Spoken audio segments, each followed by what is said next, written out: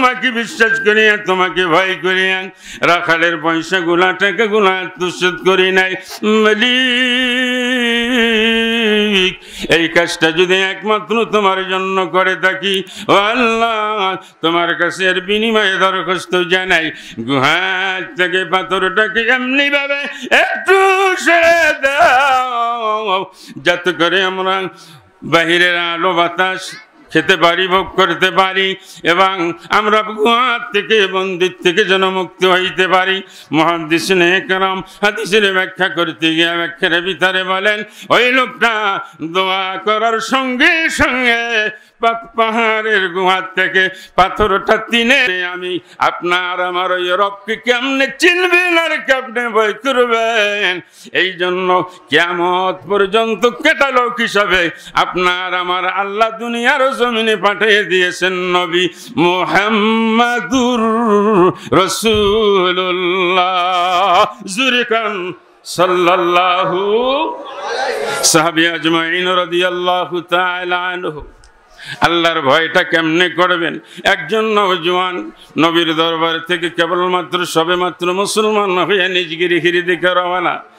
একটা খোলা ময়দান দিয়ে যাচ্ছেন, মাঠের অপর প্রান্ত থেকে একজন সুন্দরী রমণী স্বর্ণবর্ণ পরিহিত অবস্থায় উনিও মাঠের অপর প্রান্তের দিকে আগাচ্ছে। দুইজন মুখোমুখি হবে, কিন্তু রমণীর মনের ভিতরে কল্পনা সন্ধ্যা ঘনিয়ে আসছে, হয়তোবা যুবকটা আমার ইজ্জতের হানি ঘটাবে, অন্যথায় আমার স্বর্ণ অলঙ্কার লুটতরাজ করে নিবে। সোনার বাংলার সোনার যুবকেরা রে, বর্তমান সিচুয়েশনটা যদি এমন হইতো, খোলা ময়দান থেকে যদি সন্ধ্যা ঘনিয়ে আসে আর দুনিয়ার কেউ যদি না থাকে, যদি সুন্দরী একটা রমণী পাইতাম আর যদি ওনার কাছে লক্ষ লক্ষ টাকার গহনা থাকতো, এবার আপনার আওয়াজ করেন, না থাকতো ওই স্বর্ণগরণের হেফাজত, না থাকতো সতীত্বের হেফাজত, ঠিক না বেঠে? কিন্তু দেখেন আল্লাহর ভয় কাকে বলে, বুঝানোর জন্য কথাটা আমি উপস্থাপন করলাম। দুইজন যখন মুখোমুখি হয়ে গেল, মহিলাটা থরথর করে কাঁপে। নওজোয়ান যুবকটা ডাক দিয়ে বলি, কে গো মা, আপনি কেন থরথর করে কাঁপতেছেন? এবার মহিলাটা আশ্চর্য হয়ে ডাক দিয়ে বলে, এই যুবক, এই সন্ধ্যাবেলায় তুমি আর আমি আর সামনে পিছিয়ে উপরে নিচে কেউ তো দুনিয়ার কোনো মানুষ নাই, তুমি আর আমি, কিন্তু আমার চিন্তা ছিল তুমি আমার সতীত্বের হেফাজত রাখবে না, অথবা আমার স্বর্ণগরণ লুটতরাজগিরি তুমি নিয়ে যাবে, কিন্তু তুমি তা না করে এমত অবস্থায় মা বলে সম্বোধন করলে, কারণটা কি? এবার যুবক ডাক দিয়া বলে, ও মা, আপনি কি মনে করেছেন এটা কোনোদিন মুসলমানের চরিত্র হইতে পারে না? ওই মা, কেবলমাত্র সবেমাত্র আমি রহমাতুল্লিল আলামিনের দরবার থেকে কালমা পড়ে মুসলমান হয়ে আসছি, কোন মুসলমান অপর মুসলমানের ক্ষতি করতে পারে না। কথা বলেন ঠিক না বেঠিক? আর রাসূল, আল্লাহর রাসূল বলেন, আল মুসলিমু মান সালিমা আল মুসলিমুনা মিন লিসানিহি ওয়া ইয়াদিহি, মুসলমান হলো ওই ব্যক্তি যার জবান আর হাত থেকে অপর মানুষের নিরাপত্তা পায়। আওয়াজ করে বলেন কথাটা সত্য না মিথ্যা? কিন্তু আমরা মুসলমান দাবি করি রে বাবা, আজকের আমার হাত থেকে অপর মুসলমানের নিরাপত্তা নাই। যদি এইটাই থাকতো তাইলে ফেসবুক, ইউটিউব, পেপার, পত্রিকায় দৈনন্দিন বাংলার জমিনে দেখতে আর শুনতে হইতো না যে দিন দিন মানুষ খুন হচ্ছে, মার্ডার হচ্ছে, যে নির্মমভাবে হত্যা হচ্ছে, যেটা মেনে নেওয়ার মতন না। জোরে কান ঠিক না বেঠি? এবার আওয়াজ করেন, এই চরিত্রটা মুসলমানের না পশুর? আরো জোরে বলেন, মানুষের না পশুর? মানুষের বৈশিষ্ট্য আর চরিত্র থাকবে সম্পূর্ণ আলাদা, ঠিক না ঠিক? আর পশুর চরিত্র আর বৈশিষ্ট্য এটাও থাকবে সম্পূর্ণ আলাদা। হিংস্র প্রাণী রয়্যাল বেঙ্গল টাইগার, এর সামনে যদি কোনো হরিণ পায়, এ কি তারে সালাম দেবে না আক্রমণ করবে? আপনারা আমার কথা বুঝেন না? বাঘ যদি হরিণকে দেখে, এবার হরিণকে কি সালাম দিয়ে মোসাফা করবে না তাকে আক্রমণ করবে? আপনারা ডিসকভারি চ্যানেল দেখেন না? যে কেমনে গার মটকায়, ঠিক না বে ঠিক? ও মুসলমান, বাঘের চরিত্র হলো একটা, তার সামনে হরিণ দেখা মাত্রই, অন্য কোনো প্রাণী দেখা মাত্রই তার হলকুমটা আগে আক্রমণ করে, ঠিক না বে ঠিক? তার আগে গার মটকায়। কিন্তু এটা হলো বাঘের চরিত্র আর বৈশিষ্ট্য। কিন্তু পৃথিবীতে বর্তমান সমাজ যদিও এক জাতীয় মানবরূপী পশু জন্ম নিয়েছে, যদিও আপনার আমার বাহ্যিক দৃষ্টি শক্তি দিয়া দেখি এগুলা মানুষ, কিন্তু কোরআনের পরিভাষায় এগুলা মানুষ নয়, হিংস্র জানোয়ার, চতুষ্পার জন্তুর চেয়েও খারাপ। চিল্লাইয়া বলেন কথা ঠিক না বে ঠিক?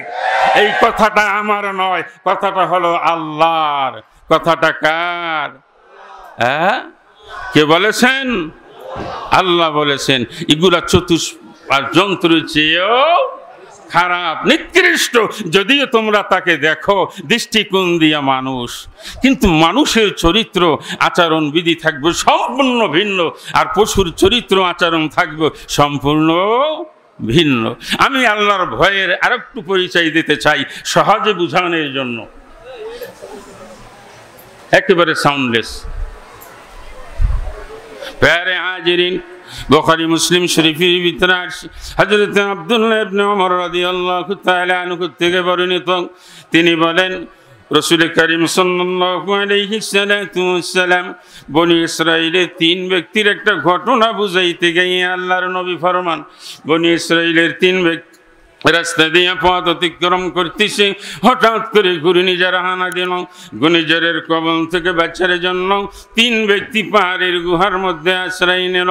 ঠিক এমন একটা মুহূর্তে এমন একটা সিচুয়েশন হয়ে গেল, এমন একটা বিশাল বড় বাড়ি পাথর পাহাড়ের গুহার ভিতরে এসে পাহাড়ের গুহার মুখটা এঁটে দিল, যে ওই গুহার থেকে 3 ব্যক্তি বের হওয়ার মতন কোনো সাধ্য, কোনো ক্ষমতা তাদের ভিতরে নাই। 3 ব্যক্তি বন্দী হয়ে গেল। এবার বাস্তব বড় মুসিবতে পড়ে গেল 3 ব্যক্তি। কেমনে বের হবে, বড় পেরেশান। একে অপরকে বলাবলি করতে শুরু করলো, ও আমার ভাইরা, আমরা তো 3 জন বন্দী হয়ে গেছি, গুহার থেকে বের হওয়ার কোনো আমাদের উপায়ন্ত নাই। এবার আসো, যদি জীবনে কারো কোনো নেক আমল থেকে থাকে, যেই নেক আমলটা একমাত্র আল্লাহর জন্য করেছ। কার জন্য? আর একটু আসতে বলেন, কার জন্য? আর জোরে বলেন, কার জন্য? আপনাদের ভয় হয়? ভয় এই জন্য হয় যে ওদা করাইলে তো বেজা লইব, তাইলে তো আর পোস্টারে লেখা যাবে না সমাজসেবক, ঠিক না বেটি? ওদা করলে তো সমস্যা হবে, পোস্টারে লেখা যাবে না দানবী। ওদা করলে তো সমস্যা হবে, পোস্টারে লেখা যাবে না আলহাস। ওদা করলে তো সমস্যা হবে, পোস্টারে আর লিফলেটে লেখা যাবে না পৃষ্ঠপোষক, ঠিক না বে ঠিক? এই যে বদ আমলগুলো আমাদের সমাজে চিরচরিত প্রচালিত আছে না নাই? আলহাস না লেখলে আবার রাগও করে, দানবীন না লেখলে চেতে যায়, পৃষ্ঠপোষকতা না লেখলে গোসা হয়, এমন আল্লাহর ওলি আছে না নাই? আমি আল্লাহর কসম করে বলে যাই, আপনার এই ইবাদত ছিল এই সমস্ত আপনার ফায়দা হাসিলের জন্য, এর বিনিময় কিয়ামতের ময়দানে এক জরও নেকি আপনি পাবেন না। কসম ওই আল্লাহ, এক জররা নেকিও আপনি পাবেন না। কিন্তু প্রত্যেকটা উম্মতে মুহাম্মাদি, প্রত্যেকটা আল্লাহর বান্দার ইবাদত, নৈকট্য, গোলামি হবে কার জন্য? আর আল্লাহর জন্য যদি গোলামি হয়, ওই গোলামি দিয়ে আপনি দুনিয়ায়ও ফায়দা পাবেন, আখিরাতেও। এই ঘটনাটা দিয়ে আপনি পরিষ্কার বুঝবেন। প্যারে হাজিরিন, এবার এক ব্যক্তি দাঁড়িয়ে গেছে, ভাই আমার জীবনে একটি ভালো কাজ আছে বলে। সেটা কি? আমার অনেকগুলো ভেড়া বকরি ছিল, ভেড়া বকরি চড়ানোর জন্য আমি রাখালে রেখেছিলাম, কর্মচারী নিযুক্ত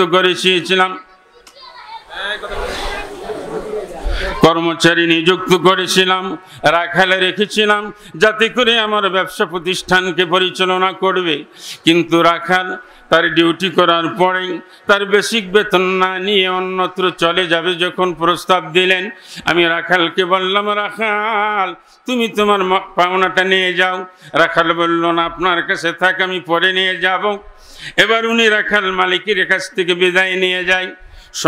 লম্বা সময় অতিবাহিত করার পরে রাখাল পুনরায় মালিকের কাছে চলে আসি, এসে এবারে ডাক দিয়ে বলে, দুনিয়ার মালিক, এবার আপনি আমার পাওনাটা বুঝিয়ে দেন। মালিক বলতেছে, ও রাখাল, ওই যে দেখো বেড়া বকরির পাল, এগুলো সব তোমার, এগুলো সব তুমি নিয়ে যাও। রাখাল বলে, ও দুনিয়ার মালিক, আপনি বুঝি আমার সাথে উপহাস করতেছেন, ঠাট্টা বিদ্রুপ করতেছেন। এবার রাখালের মালিক বলে, ও রাখাল, আমি তোমার সাথে ঠাট্টা করি না, আমি তোমার সাথে ব্যঙ্গচিত্র করি না, ইয়ার কি মস্করাও করি না। কি ব্যাপার তাহলে? আমার সামান্য মায়নার বিনিময়ে এতগুলো ভেড়া বকরি রূপান্তরিত কেমনে হলো? দুনিয়ার মালিক বলে, রাখাল রে, তুমি যখন আমার থেকে বিদায় নিয়ে গিয়েছিলে, এবার আমি তোমার ওই অর্থটা কি করব? ওই অর্থ দিয়ে বেড়া বকরি কেরাই করে, এটাকে দিয়ে আমি বেড়া বকরি পালতে শুরু করলাম। আল্লাহর কি মর্জি আর মহিমা, ওই বেড়া বকরি কিরার মতন বাড়তে শুরু করলো। বাড়তে বাড়তে এমন একটা সময় এরকম বিশাল একটা বেড়া বকরির পালে রূপান্তরিত হয়ে গেল। রাখাল, আর দেরি করিও না, আর বিলম্ব করিও না। এতদিন আমার কাছে এগুলা গচ্ছিত ছিল, আমানত ছিল, তুমি তোমার আমানত ফিরে নাও, আমাকে আমানতের দায়িত্ব থেকে আমাকে মাফ করে দাও। এবার রাখাল বলে, মালিক আপনি কি কথা বলেন এমন? কহা, এগুলো সব তোমার, এগুলো তুমি তাড়াতাড়ি আমার কাছ থেকে নিয়ে নাও। রাখাল বুঝে নিলেন। এবার ওই লোকটা আল্লাহকে ডেকে ডেকে বলতেছেন গুহার ভিতরে, প্রভু গো, যদি আমি ইচ্ছা করতাম রাখালের টাকাগুলো আত্মসাৎ করতে পারতাম কি পারতাম না? কথাগুলো বুঝছেন? পয়েন্টগুলো আগে বুঝবেন। এবার ওই লোকটা বলতেছে, দুনিয়ার মালিক গুহার ভিতরে বসিয়া, আল্লাহ, যদি আমি ইচ্ছা করতাম রাখালের টাকাগুলো আত্মসাৎ করতে পারতাম, কেউ আমাকে বাধা দিত না, কেউ আমাকে ফেরাইতো না, কেউ আমাকে আক্রমণ করতো না, কেউ আমাকে নিষিদ্ধ করতো না। মালিক, দুনিয়ার কাউকে ভয় করিয়া রাখালের টাকা আত্মসাৎ করার থেকে বিরত থাকি নাই, একমাত্র তুমি আল্লাহকে ভয় করেছিলাম। ওয়ালাম ইয়াখশা ইল্লাল্লাহ।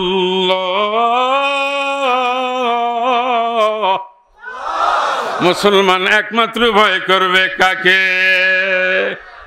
আওয়াজটা যে আসতে হইল একটু জোরে, আকাশচুম্বী আওয়াজ করবেন যেন আসমান পর্যন্ত পৌঁছে যায়। মুসলমান একমাত্র দুনিয়ায় ভয় করবে কাকে? না অ্যাটম বম, না অস্ত্র, না কইয়া লাইছে। মিছিলি গেলে খালি দেখছে বোমা মারছে, উঠে ভরিয়ে দৌড়, এ সময় কয় এগুলো মোল্লা মুন্সির কাজ, আমি বাড়ির যেয়ে হতাই তাই। ঠিক না বে ঠিক? হ্যাঁ, কথা বলেন। জীবন দেয় মোল্লারা, চুরি করিয়ে খায় শ্রোতারা। আওয়াজ করে বলেন ঠিক না বেঠে? আর আমরা হইলাম রাজাকার, আমরা হইলাম আল বদর, আমরা হইলাম আল শাম, আমরা হইলাম মৌলবাদ। আওয়াজ করে বলেন ঠিক না বেঠে? জীবনের বেলায় আমরা, আর চুরি করার বেলায় তারা। এটা মানা যায় না। আপনারা মানবেন? প্যারে হাজিরিন, এবার লোকটা ডাক দিয়া বলে, ও আল্লাহ, আমি দুনিয়ার কাউকে ভয় করি নাই, দুনিয়ার কোনো রাজাকে না, দুনিয়ার কোনো বাচ্চাকে না, দুনিয়ার কোনো অ্যাটম বমকে না, দুনিয়ার কোনো কালো শক্তিকে না, দুনিয়ার কোনো মানুষকে না, এমন একটা মহামানবকে ভয় করেছি, এমন একটা শক্তিধরকে ভয় করেছি, যিনি সমস্ত শক্তির উপরে শক্তিধর। তিনি হলেন কে? নামটা বলা যাবে নি। দুনিয়ার সমস্ত শক্তির উপরে যার শক্তি, তার নামটা কি? দুনিয়ার সমস্ত শক্তিদারের শক্তি যখন শেষ, তখন কার শক্তি বিরাজমান করে? বিশ্বাস হয়নি? হ্যাঁ, বিশ্বাস হয়? প্যারে হাজিরিন, এবার লোকটা ডাক দিয়ে বলে, গুহার ভিতরে ওই বন্দি লোকটা, প্রভু একমাত্র তোমাকে বিশ্বাস করিয়া, তোমাকে ভয় করিয়া রাখালের পয়সা গুলা, টাকা গুলা আত্মসাৎ করি নাই। মালিক, মালিক, এই কাজটা যদি একমাত্র তোমার জন্য করে থাকি, ও আল্লাহ তোমার কাছে এর বিনিময়ে দরখাস্ত জানাই, গুহা থেকে পাথরটাকে এমনি ভাবে একটু সরে দাও যাতে করে আমরা বাহিরের আলো বাতাস খেতে পারি, ভোগ করতে পারি, এবং আমরা গুহার থেকে বন্দির থেকে যেন মুক্ত হইতে পারি।